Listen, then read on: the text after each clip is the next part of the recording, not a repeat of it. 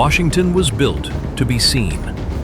Marble, domes, long avenues, power arranged on a stage of stone. But the city runs on what you cannot see. Corridors underfoot, heat and light in buried lines, small trains sliding between offices while the streets sleep. Where there are locked doors, stories grow.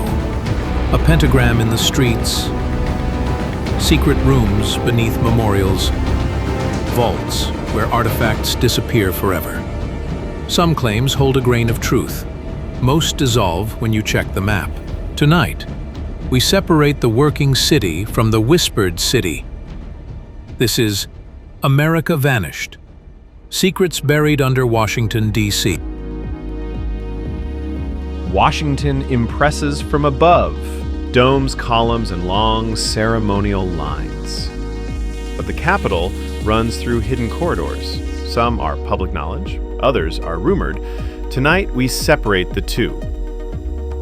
We start with maps and maintenance records, Capitol subway lines, service corridors, steam and utility tunnels, museum connectors built for climate control and safe transport, aqueduct legacies that still feed the city. Then we test the stories. Masonic symbols hidden in the street grid, secret rooms beneath memorials, the Smithsonian Vaults where objects supposedly vanish forever. Each claim faces the same checks. Can we place it on a verified map? Is there a dated photo tied to a known building? Does a public document describe its purpose? We also mark the limits. Real emergency shelters exist. Details remain classified. Continuity plans move people away from the mall when it matters. We acknowledge what is public, we avoid what is not. Our rule remains simple. Evidence first, speculation second. Infrastructure has reasons before it has rumors. When the map holds, we keep the story. When it collapses, we let it go.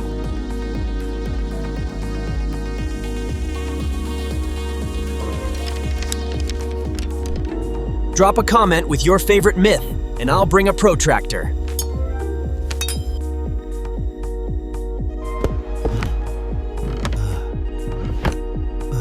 Subscribe now and share this episode with a map lover.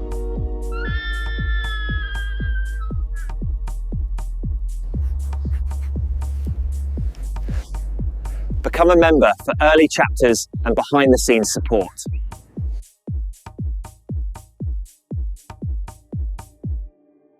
Chapter 1.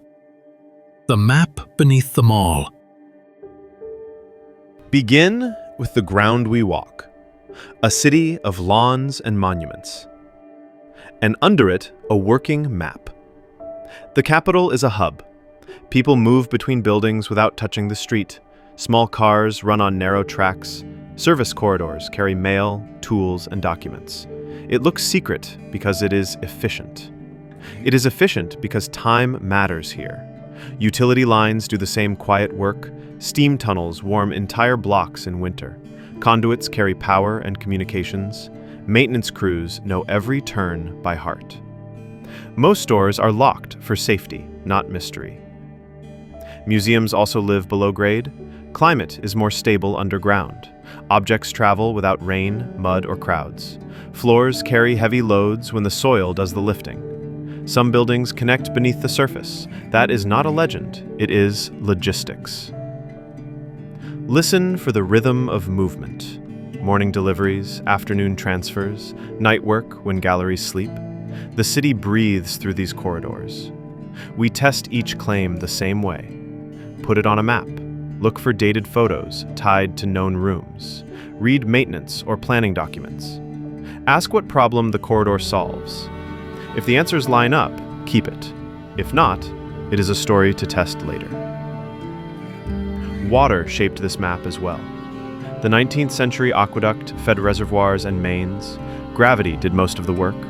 Later systems layered on pumps and valves. Old paths still guide new pipes. You can feel history in pressure and flow. Not everything is accessible. Safety rules limit entry. Photography is restricted in many passages. That gap between exists and seen grows its own myths. But existence does not require a tour video. Public records and site plans are enough. Consider how an ordinary tunnel becomes a legend. Add a locked door, add a rumor, add a symbol someone wants to see. Soon, a service corridor becomes a secret underworld. Our job is to strip that back to purpose.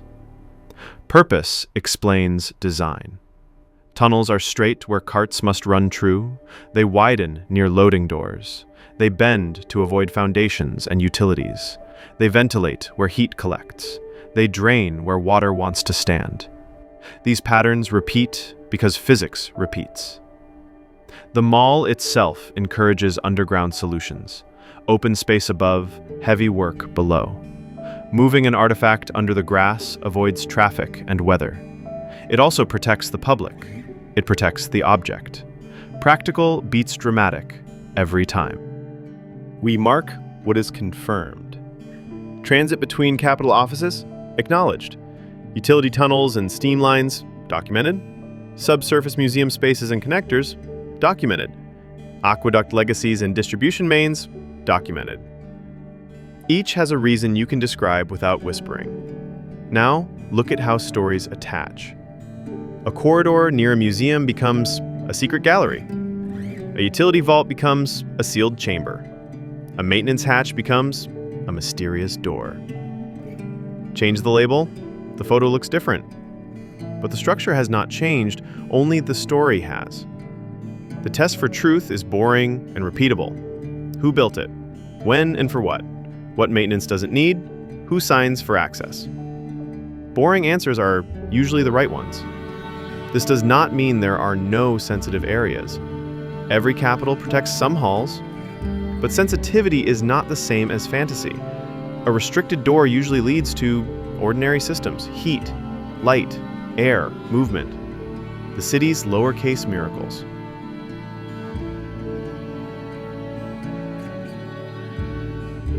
Stand again on the grass. Crowds flow between monuments. Under your shoes is a map that keeps them comfortable and safe. It is not hidden. It is simply not on the tour. We keep what fits the map. We drop what cannot find its place. That is the rule we will carry forward. Evidence first, speculation second. The working city earns the story it needs. And that story begins underfoot. Next up, symbols and city design. Bring a protractor and a coffee. We'll measure the myths before they measure us. Chapter 2. Symbols and City Design. Begin with the drawing board. Washington's plan mixes a rectilinear grid with sweeping diagonals. Where the two systems cross, triangles and circles appear. Plazas, squares, circles, and odd parcels are not accidents.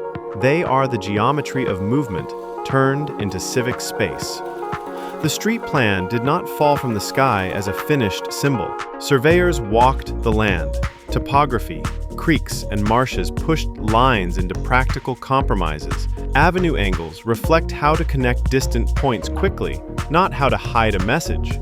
Form follows grade, use, and the politics of land ownership. Enter the myths.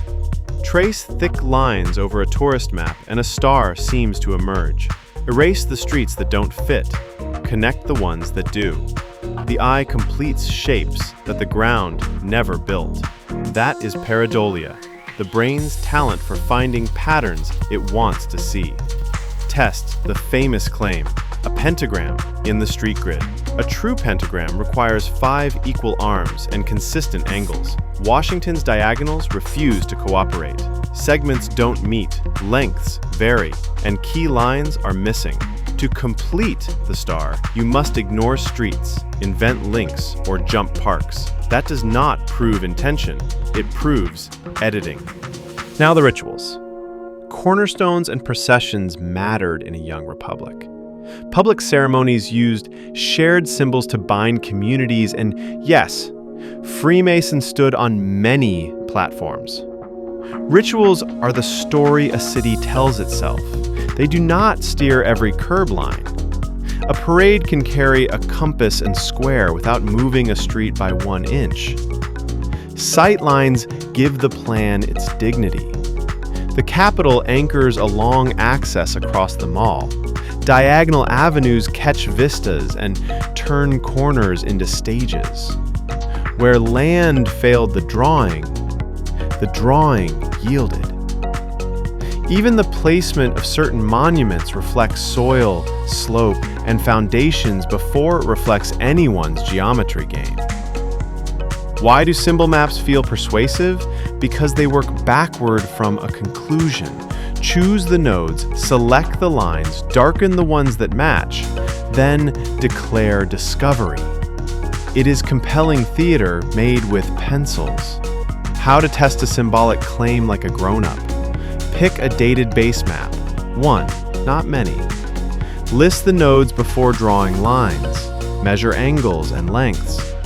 Ask what the design documents say about purpose, traffic, views, drainage, access. If intention is missing, do not staple mysticism to maintenance. What symbolism actually survives inspection? Grand axes that frame institutions, plazas that slow traffic and stage ceremonies, circles that resolve awkward crossings with grace. These choices carry meaning because they shape how people meet power in public. They are symbolic because they are useful first. Beware the moving target. The plan changed across decades. Extensions added diagonals to new wards. Realignments straightened or softened routes. Maps from different years tell different stories. If a hidden design only appears when you mix eras, it is not a design, it is a collage. Context keeps us honest. European capitals also use diagonals and circles. The devices are not secret.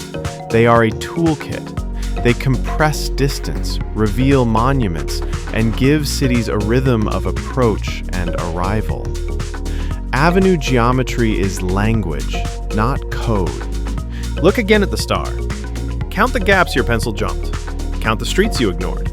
Count the angles that don't match. The exercise teaches a better lesson. How easily intention can be painted onto accidents of grading and growth. The deeper truth is more interesting than the myth. Washington's plan choreographs power in daylight. It lets citizens see institutions and institutions see citizens. That is a democratic symbol you can stand in, not a riddle you have to solve. We keep that because it is documented, walked, and photographed. What do we discard? The pentagram as design intent, secret letters in every circle, hidden compasses and curves. If a claim can't survive a single base map and a ruler, it does not belong on our record. A city invites meanings. That is part of its charm. But streets carry more buses than secrets. Designers wrote with boulevards and parks, not invisible ink. The code that matters is legible in traffic counts and parade routes. Our rule holds. Evidence first, speculation second. Design leaves paper trails, surveys, plats, appropriations, minutes. We follow those, not the loudest overlay. Next up, we trade compasses for checklists, war rooms, continuity plans, and the doors that hope to stay closed. Chapter 3: War Rooms and Continuity. Begin with a principle. Republics plan for bad days. Power that serves the public must survive shock. Continuity is logistics with a stopwatch, not theater. The Capitol carries 2 maps. One is the midday tour. Another is used only when the clock goes wrong. Chambers, hearing rooms, and podiums belong to the first. Rally points, duty rosters, and ordered doors belong to the second.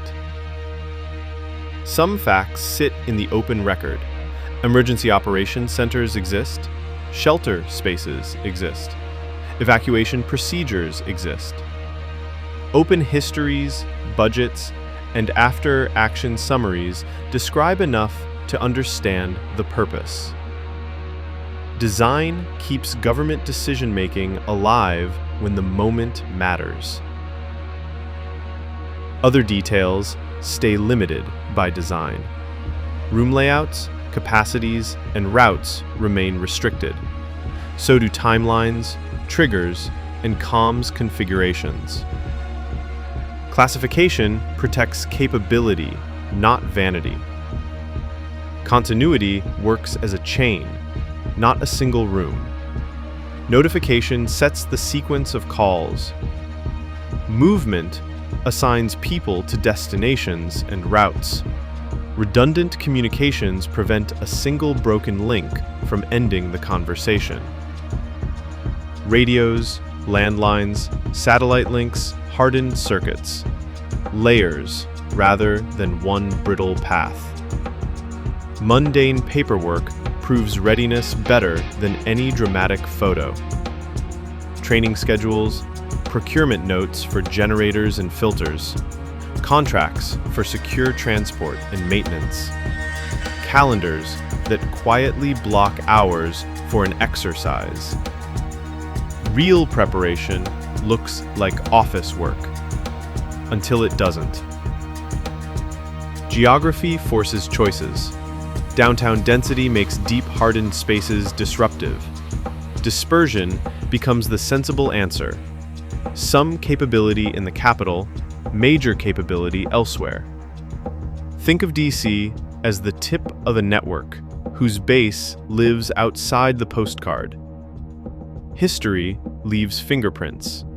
Cold War anxieties hardened minds and certain facilities.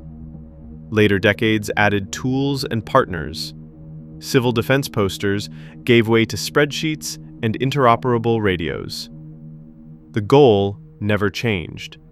Keep elected authority connected to lawful power.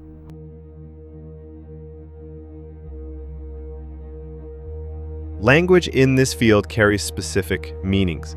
Continuity of government preserves leadership and constitutional order. Continuity of operations keeps agencies functioning. Reconstitution rebuilds capacity after initial plans are spent. Acronyms rotate, responsibilities endure.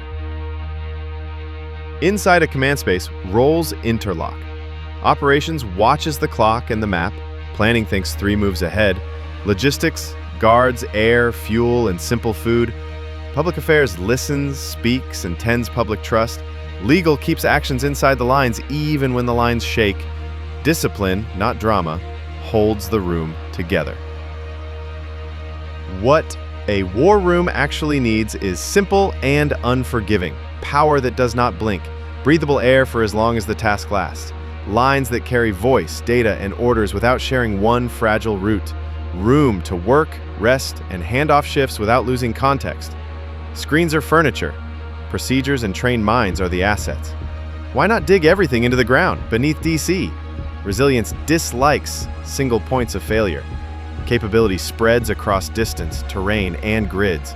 Paths must remain choosable at the last moment, according to conditions, not wishes. Networks outperform fortresses. On ordinary days, the system hides in routine. Buses run, briefings happen, someone checks battery dates and filters, someone drills a replacement team on radios in a windowless classroom. Boredom is the goal. Muscle memory beats adrenaline. Public history offers careful glimpses. Declassified memos outline partial procedures. Budget justifications fund hardened infrastructure. Oral histories describe training where cameras never go. Threaded together, these sources sketch readiness built from routine. Gaps invite rumor. A blank on a map becomes an imagined tunnel. A locked door becomes a secret chamber. A dark convoy becomes a cinematic moment. Reality matters more and looks plainer. Blanks are buffers. Locked doors protect systems, not treasure. A convoy may be nothing more than practice. Ethics provide a compass. Secrecy should protect capability. Plans must serve constitutional order. Exercises owe respect to the public, even when details stay quiet. Trust grows from safe transparency and necessary silence. Claims earn a place by their anchors. Public documents, dated and attributable, describe functions. Budget lines explain equipment that can do the job. Multiple open sources converge on the same plain fact. Those pass the test. Requests that demand routes, capacities, or timers do not belong here. Understanding is the goal, not a blueprint. People make continuity real. Phones are answered in the dark. Checklists are read with tired eyes. Caution and speed are balanced while facts are still messy. Authority remains borrowed from citizens and from law. That is the quiet heroism of a functioning republic on a hard day. So, what can be said about the Capitol itself? Protected spaces exist. Plans move leaders out of view when required. Links bind decision makers to agencies, states, and the public. Much heavy lifting lives beyond the mall, by intent. Miss the point. No single bunker under the grass runs the nation like a movie set. Secrecy does not equal spectacle. A dramatic room is not the system. Real continuity is distributed, layered, practiced, and frankly unglamorous. Reliability outranks awe. The rule stands. Evidence first, speculation second. Open sources and common sense set the boundary. Sensitive specifics stay outside that line for everyone's sake.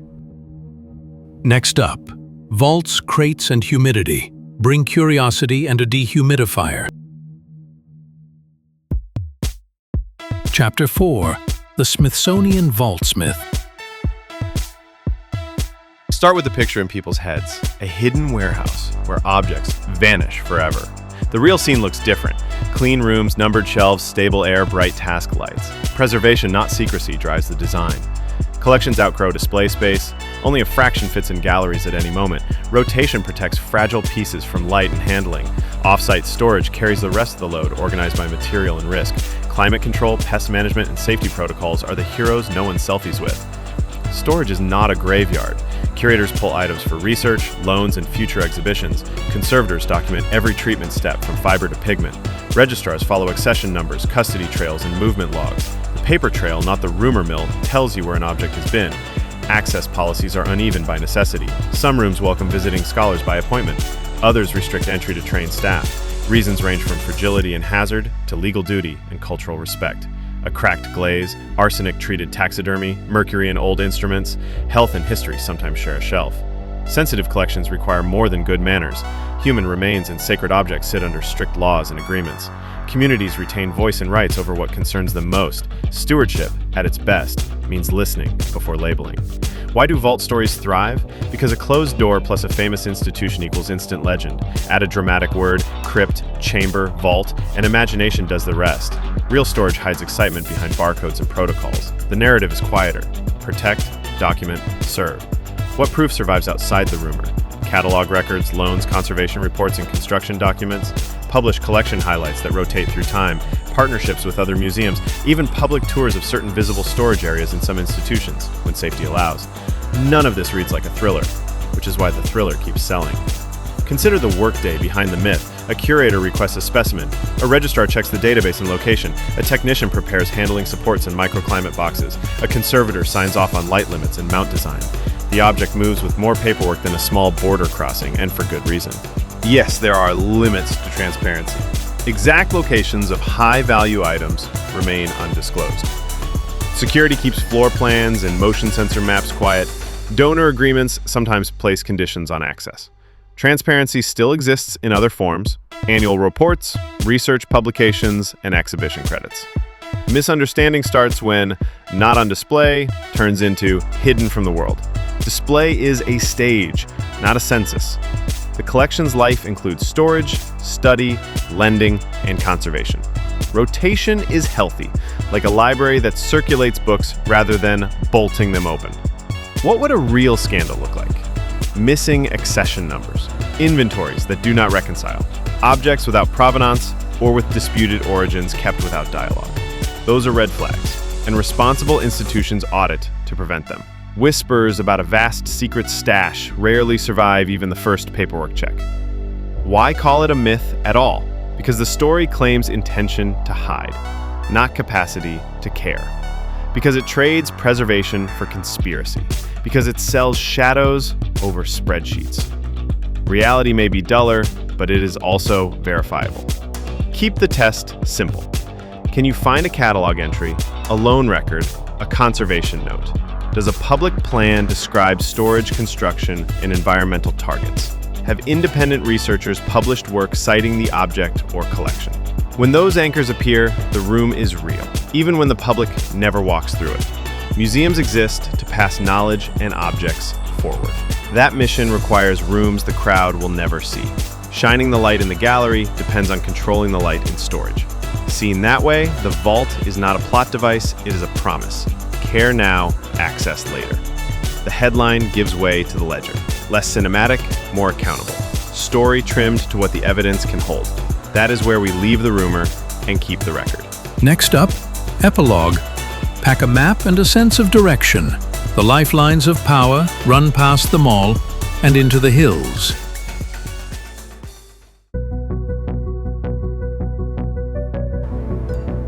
Fragility isn't fate. Design for failure, rehearse it, and become a member for early chapters. Drop your takeaway below and tell me the first thing you'd fix. Then share this episode with a map nerd friend. Visit our Timeless Tales shop to support the series. Links in the description. Watch the Americas playlist next and invite one friend who runs a system that matters. Step back from the map. Monuments and myths fade.